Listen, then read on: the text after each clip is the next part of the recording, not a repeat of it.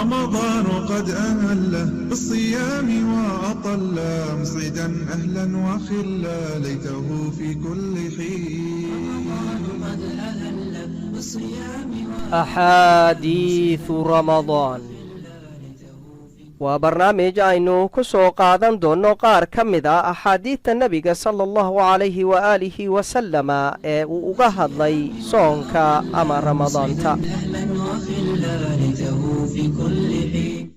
وعن جابر بن عبد الله رضي الله عنه قال قال رسول الله صلى الله عليه وسلم إذا قضى أحدكم الصلاة في مسجده فليجعل لبيته نصيبا من صلاته فإن الله جاعل في بيته من صلاته خيرا. رواه مسلم.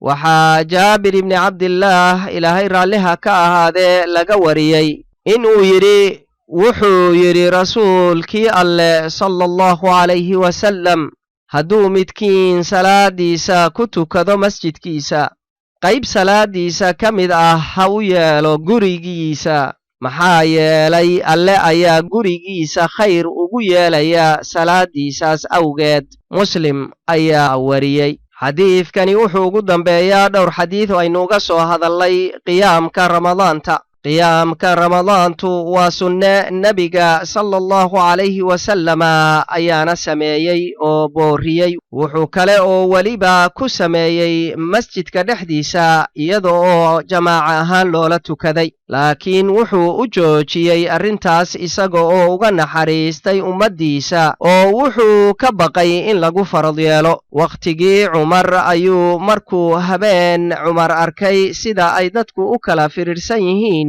iyagoo masaajidkii ku tukanaya, wuxuu go'aansaday in uu ku mideeyo hal imaam, maxaa yeelay markan waxyigii waa joogsaday oo wax la farad yeelayaa ma jiraan.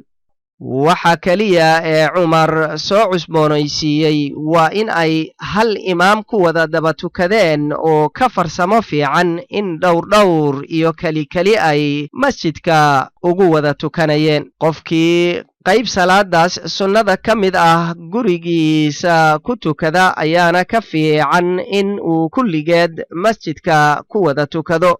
rakcooyinka sunnada nebiga sala allahu calayhi wasalama ah ee uu isagu tukan jiray waxay ahaayeen 8 rakco oo dhaadheer iyo 3 witri ah.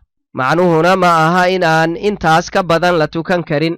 witrigu wuxuu ka mid yahay sunnooyinka uusan nebigu sala allahu calayhi wasalama xitaa safarka ka tegi jirin oo ratiga isagoo saaran ayuu ku witrin jiray. رمضان قد أهله بالصيام وأطل مصعدا أهلا وخلا ليته في كل حين. رمضان قد أهله بالصيام